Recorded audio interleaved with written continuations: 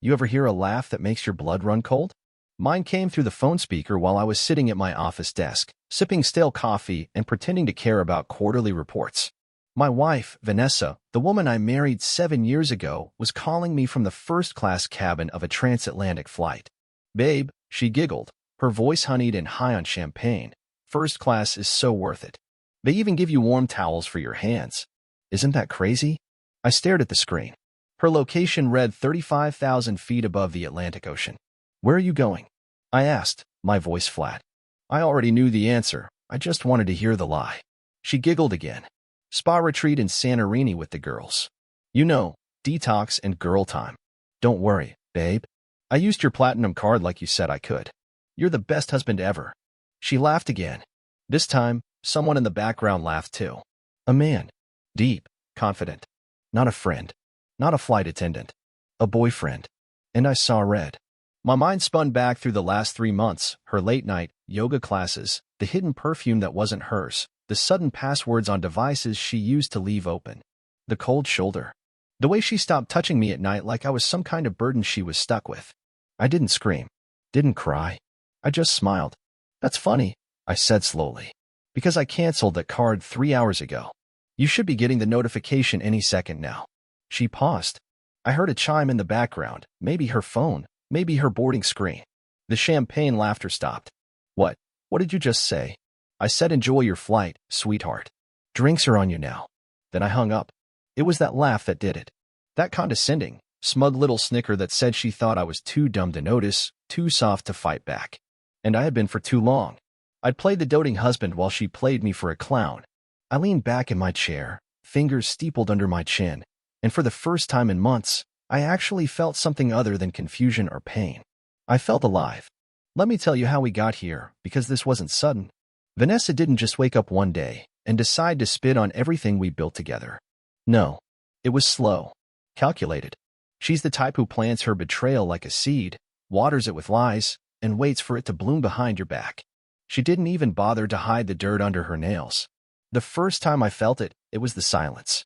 You know how you can sit with someone you love and say nothing, and it feels full? Not with Vanessa. The silence started to feel like a wall. She was somewhere else. Somewhere I couldn't follow. Somewhere I wasn't invited. The second time, it was the smell. She came home one night wearing a cologne I didn't own. Masculine. Subtle. Expensive.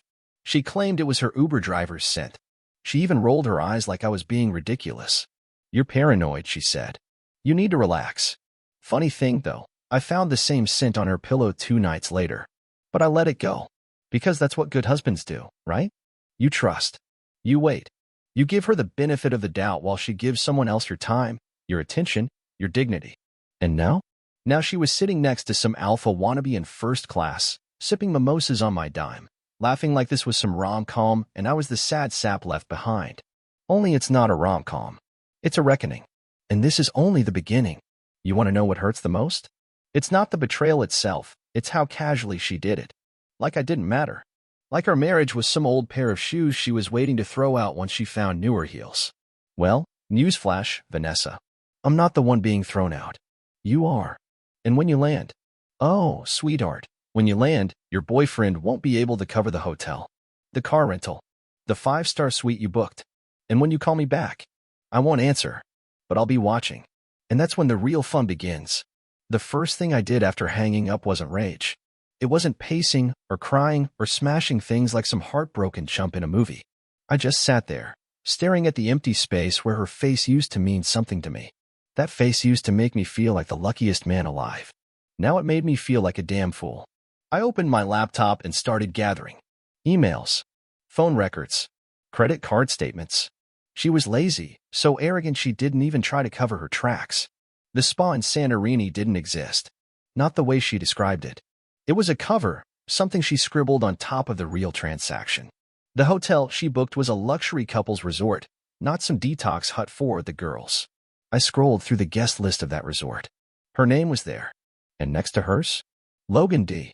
Reeve, 34. Works in business consulting. The new title for guy who wears loafers without socks and thinks commitment is a suggestion. My fingers twitched. That was the name I saw on one of her Uber receipts 2 weeks ago. I remembered because it stood out. She said it was an old coworker giving her a lift. Nah, it was the same guy. She had been slipping this guy into our life like poison in morning coffee, slow enough I wouldn't taste it, strong enough to kill everything good we had. I closed the laptop. My jaw was clenched so tight it hurt. You want to know the worst part? I still wanted to believe I was wrong. That somehow I misunderstood. That maybe, just maybe, Vanessa was redeemable. That the woman I proposed to under fireworks in Key West wasn't capable of this. But the truth was right there, choking me like thick smoke in a house fire. I could either sit in the flames or walk out and never look back. Then my phone buzzed. It was her. Of course it was. I let it ring. Then I answered, holding the phone just far enough from my ear to hear her voice, but not close enough to feel her poison touch me. What the hell is wrong with you? She shrieked. No more giggling now. They just cut my card, and we're stuck in Zurich. Logan had to call his ex-wife to wire us money. I smiled. It felt cold. Heavy. Zurich. I said. That's not Santorini. Did the spa move, sweetheart? She went quiet. The kind of silence that screams guilt. Then came the lie. I told you, Logan's here for a business seminar. I tagged along. It's just cheaper to book together. Don't twist things, Caleb. Twist things? I took a breath so I wouldn't say something I'd regret. Not because she deserved restraint, but because I wanted her to know every single word that followed would be measured. Final. Surgical. You used my card to fly first class with your boyfriend. You called me laughing. And now you want to play innocent? Vanessa, you can't even keep your lies straight anymore. He's not my boyfriend, she spat. He's just someone who listens. Someone who makes me feel seen. You haven't looked at me in months. You're always working. You don't touch me anymore. What did you expect? There it was. The classic deflection. It wasn't her betrayal, it was my failure. As if working to pay for her designer bags, facials, yoga retreats, and girls' nights somehow made me the villain. You know what I expected? I said. Loyalty. Respect. Maybe just enough decency not to **** someone on my dime while pretending you're at a spa. She scoffed. Scoffed. You're being dramatic, she said. I didn't even do anything with him. That word. Even. It meant she thought about it. Measured it. Probably planned it. Maybe didn't go through with it this time, but the blueprint was already written. I hung up. I didn't say goodbye. I didn't scream. I just tapped end and stared at the wall. That was the moment it hit me. She wasn't sorry. Not for cheating. Not for lying. Not for making me feel like a ghost in my own home. She was sorry she got caught. Sorry her little fantasy trip blew up mid-flight. Sorry I wasn't stupid enough to keep funding her little adventure with Mr. No Socks. I stood up, went to the closet, and pulled down the small safe tucked behind my suits. Inside it was a folder. I hadn't touched it in years. Our prenup. We signed it when things were good, when love was real and futures felt solid. Now it was the rope I was going to use to drag her out of my life. She didn't get half. She didn't even get a quarter. She didn't read the fine print. But I did. And soon, she would too. I didn't sleep that night. I laid in bed, staring at the ceiling fan spinning above me, listening to the silence that used to be comforting. Now it just mocked me. Every time that fan spun, it felt like a reminder she played me, and I let her. My phone lit up at 3:17 a.m. Vanessa again. No voicemail. Just a text this time. We need to talk. I'm sorry things got out of hand. Out of hand? Like it was a party that went a little too wild, not full-blown betrayal. I ignored it. At 3:26, another ping. You're overreacting. It's not like we did anything serious. Then 3:41. Fine. If this is how you're gonna be, maybe we should talk about divorce. There it was. The venom. She couldn't manipulate me with guilt.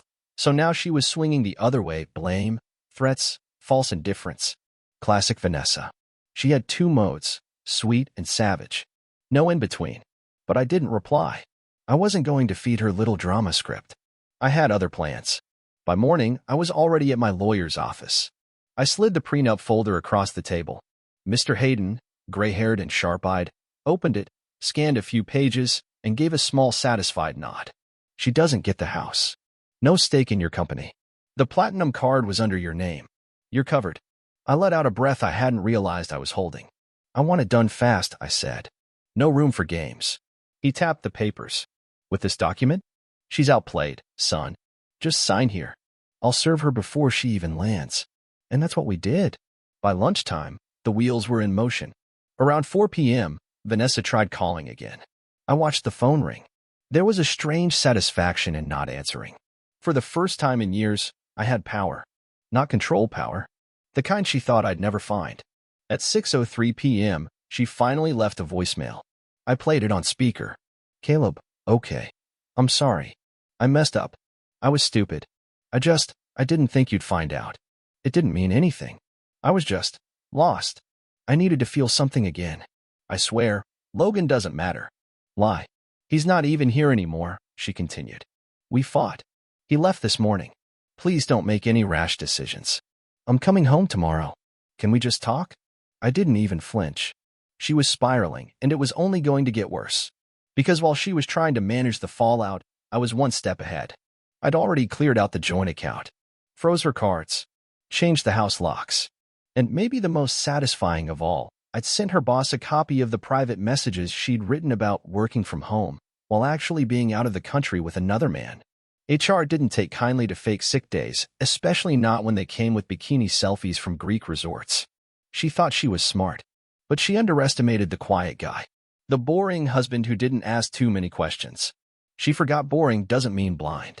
And when she walked through the door the next day, suitcase in hand, wearing sunglasses to cover whatever mess her face had become, I was ready. Why are there 2 locks on the door? She said, annoyed, knocking like she still had rights. I opened it just enough to meet her eyes. You don't live here anymore, I said. Her face dropped. What the hell are you talking about? You'll find out. Check your inbox. I closed the door in her stunned face. But I watched through the peephole. She stood there for a full minute, then checked her phone. Boom. There it was, the email from Hayden and Associates. Subject line, notice of divorce proceedings. She started banging on the door like a wild animal. Are you serious? After everything? You're just gonna throw us away? Like I didn't give you the best years of my life. I didn't even respond. I didn't need to. She left eventually, but not before kicking over one of the potted plants and screaming something about, you'll regret this. I didn't. Not even for a second. Later that night, I poured myself a whiskey, sat on the balcony, let the night air hit my face. And for the first time in months, maybe years, I felt peace. But this wasn't over. Vanessa was vindictive. She didn't lose well. I knew she'd try something stupid. I just didn't expect how fast it would come. It started the next morning. I woke up to 43 missed calls, 12 voicemails, a dozen more texts, some apologizing, some threatening, others full-on delusional. Then came the notification from my company's HR department. Apparently, someone had sent them anonymously altered screenshots of emails that painted me as some kind of toxic, manipulative boss. The kind of stuff that gets you canceled in a headline. Claims that I emotionally abused my wife, controlled her finances, and ruined her mental health. I stared at the email in disbelief. This was her plan? Take me down because she couldn't bleed me dry in divorce court? HR called it serious, but they'd seen my record. They knew it didn't line up. Still, they had to investigate, which meant she bought herself just enough chaos to keep me spinning. She wanted to shake the ground under me, make me unstable, get me to panic, maybe even reach out and beg for a truce. Not gonna happen. I knew Vanessa's style. If she couldn't win with lies, she'd try sympathy. If that failed, she'd go full scorched earth. Later that day, a delivery arrived at my door. A box with no sender name. Inside, a neatly folded hoodie of mine, some old movie tickets from our first date, and a handwritten letter. It read, "You're not innocent in this either. I felt invisible for a long time. Maybe if you had just looked at me more instead of your damn laptop, I wouldn't have felt so alone. Maybe Logan wouldn't have looked so tempting. Maybe this could have been different. But you chose your ambition, Caleb. I chose to be seen. Now we both have to live with that." I held the letter in my hand, feeling every word like a slap. This wasn't an apology. This was her rewriting history to make betrayal look like a reaction, like I pushed her into someone else's arms. That's what she always did. Sin boldly, then blame you for the bruise. But something about the last line stuck with me. Now we both have to live with that. She was trying to equalize this. Like we were both at fault. But I wasn't the one flying first class with a guy she met at a networking event and later let climb into our bed while I was out of town for business. Yeah, I found that out too. I'd hired a PI. Old school guy. Discreet. Efficient. And he delivered. Photos. Dates. Hotel check-ins. One that hit me right in the gut. Logan leaving our front door, in the middle of the afternoon, a full week before the Santorini trip. He didn't just share her seat on a plane. He'd been in my home, probably drank from my glass, maybe even smiled in my mirror. It made me sick. I drove to the nearest gym. Needed to hit something that wouldn't sue me. I pummeled a heavy bag until my knuckles ached, until sweat blurred my vision, until I could finally breathe again. And when I sat down, heart pounding, fist shaking, I didn't feel broken. I felt ready. Ready to be done with this version of my life. Ready to burn the bridges she poisoned and never look back. But she wasn't done yet. Because that night, she posted on Instagram a selfie, crying. Caption: "Some people only love you when you're perfect. I'm not perfect. I'm human. But I still deserve love." The comments flooded in. Her friends. Strangers. Sympathy emojis. "You'll get through this, babe. He didn't deserve you anyway." And just like that, she was the victim. The brave, heartbroken woman who'd been mistreated and abandoned. She was building her next stage, the pity play. She didn't care if it was true, as long as it got her attention. Applause. A new man, maybe. Someone who didn't know how she could rip your soul out while wearing a smile. But I wasn't going to respond. Not online. Not in her comments. Not even to mutual friends asking what really happened. I let her have her show. But behind the scenes, I was filing the final paperwork. And I was getting ready to drop the one thing she never saw coming. The thing that would silence every lie she told. Because there was one video on the PI's flash drive that I hadn't watched yet. I didn't want to, but I knew I had to. I clicked play, and everything changed. The camera was hidden in a lamp, grainy black and white footage, timestamped 3 weeks before the flight. My bedroom. Our bed. My space. She didn't know I had installed it. I hadn't meant to use it for anything like this. It was originally there because we'd had a break-in scare. But I never took it down. And now, there it was. Vanessa. With Logan. Not touching it first. Just sitting. Close. She was laughing, but not the fake laugh she gave me. This one was soft, genuine, the kind that made her eyes wrinkle just a little at the corners. The one I hadn't seen in years. He leaned in. Said something I couldn't hear.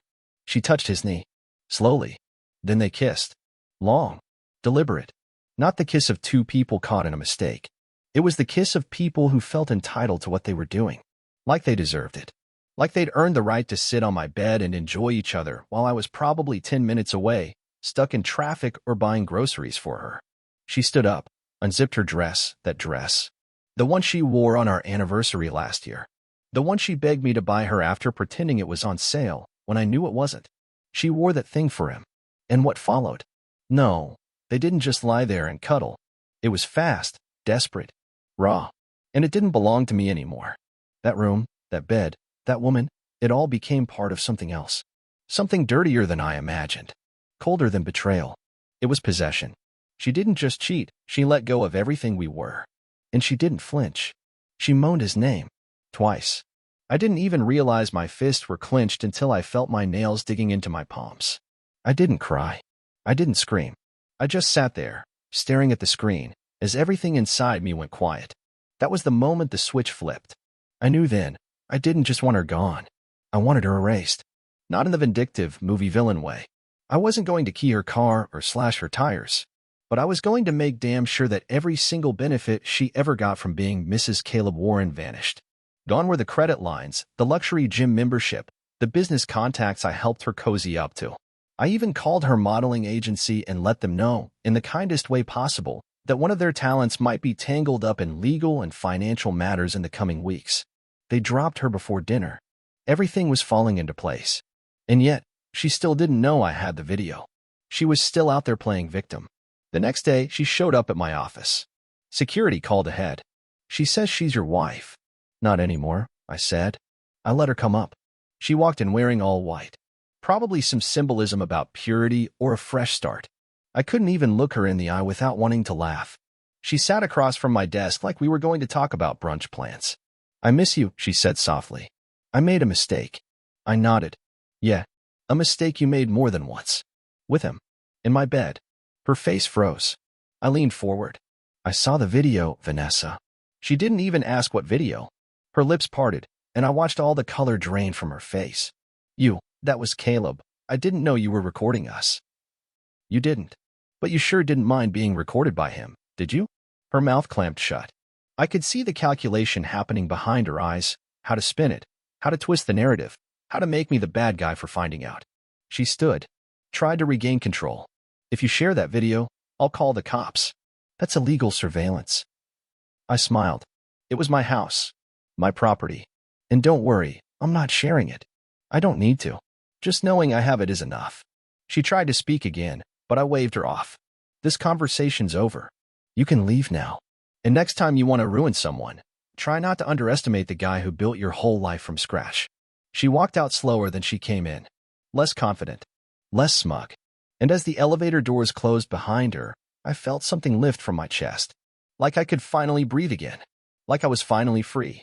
But she still had one card left to play. And when she played it, she came for blood. 3 days later, I got a knock on the door.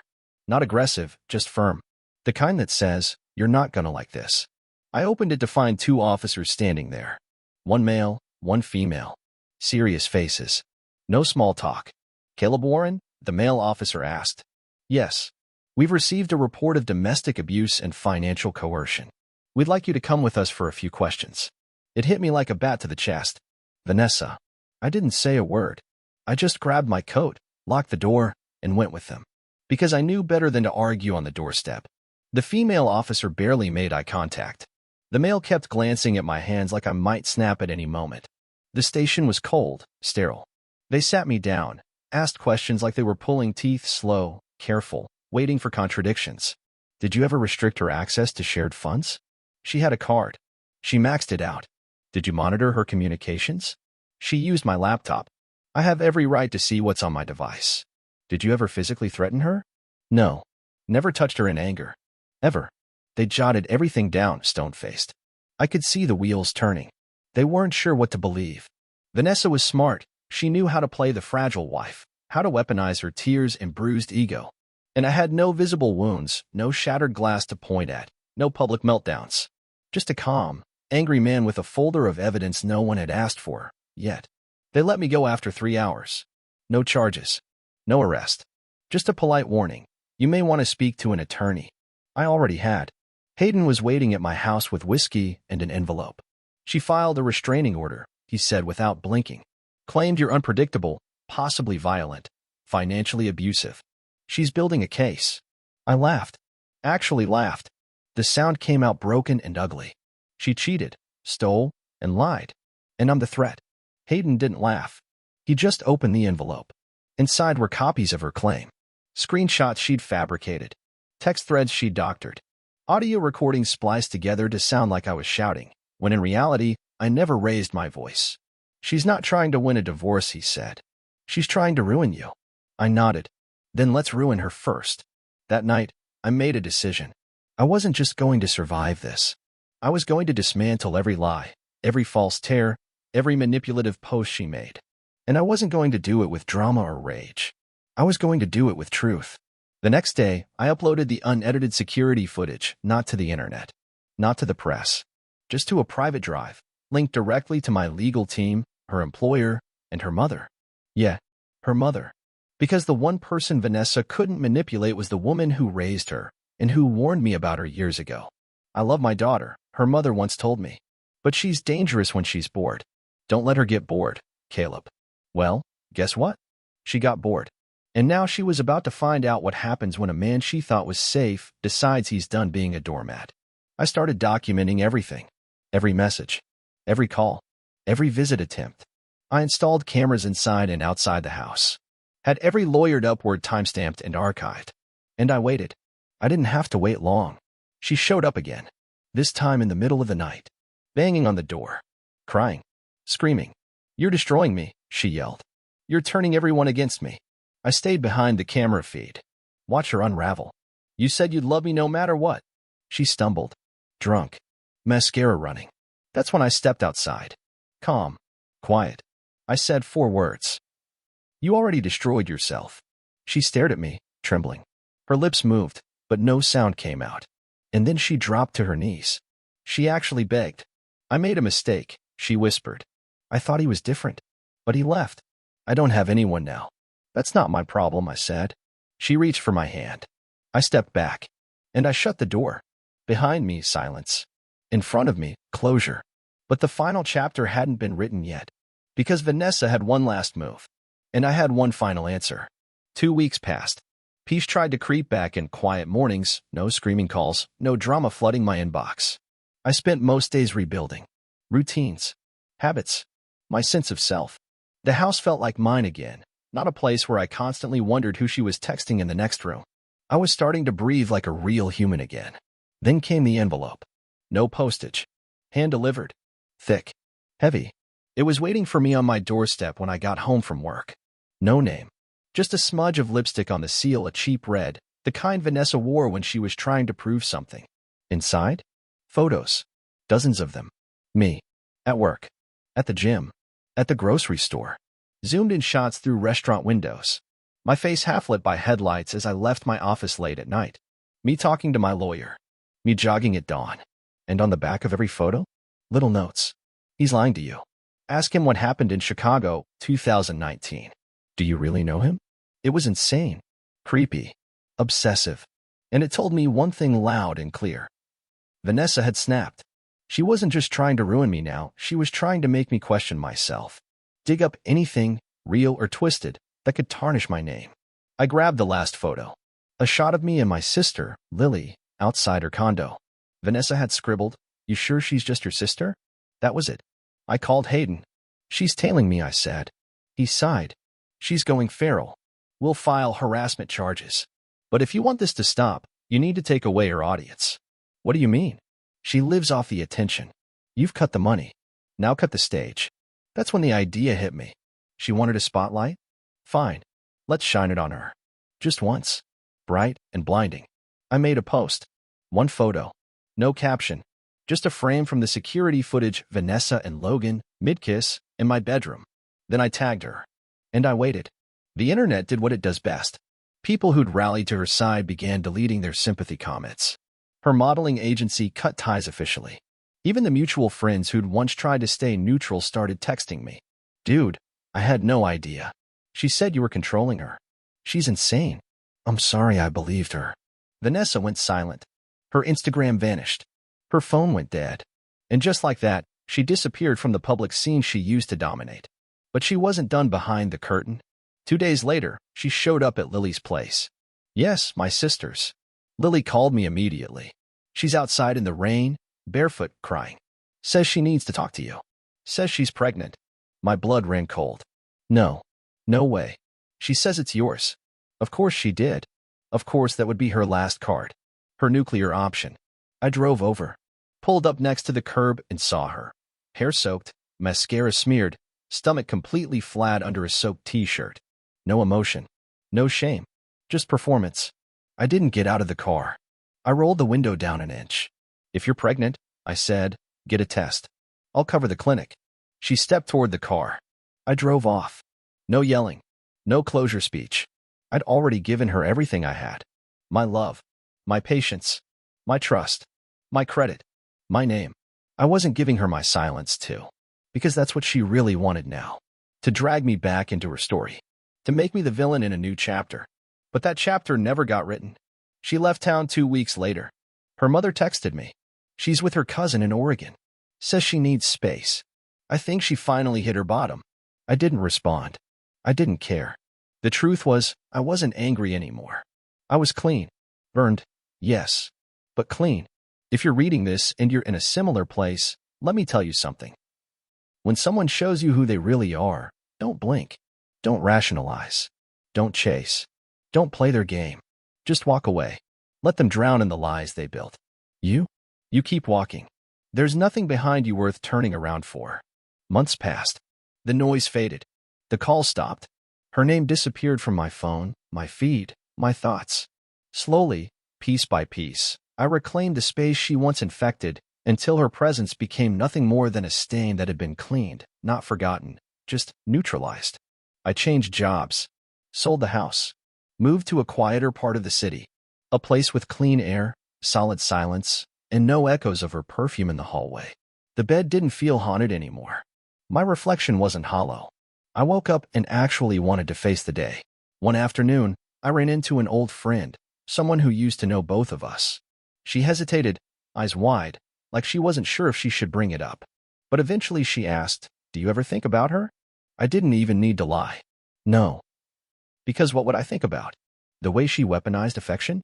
The way she laughed from first class while riding on the wreckage of my trust? The way she lied until the lies stacked up so high she couldn't breathe under them anymore? No. Vanessa wasn't a chapter in my life. She was a warning label. A sign that read, not everything that shines deserves to be held. I've learned that love without loyalty is just manipulation dressed in flowers. That being the nice guy doesn't mean tolerating cruelty. That silence isn't strength when it's protecting a lie. And most of all, I've learned that you don't owe anyone the softest parts of yourself after they've sharpened every edge of theirs. So if you're out there, reading this, sitting in the same darkness I once was, let go. Let the storm take her. Let the cards fall. And when the silence finally settles, stand up and rebuild the life she never thought you could live without her. I did. And it's better than anything I ever had with her.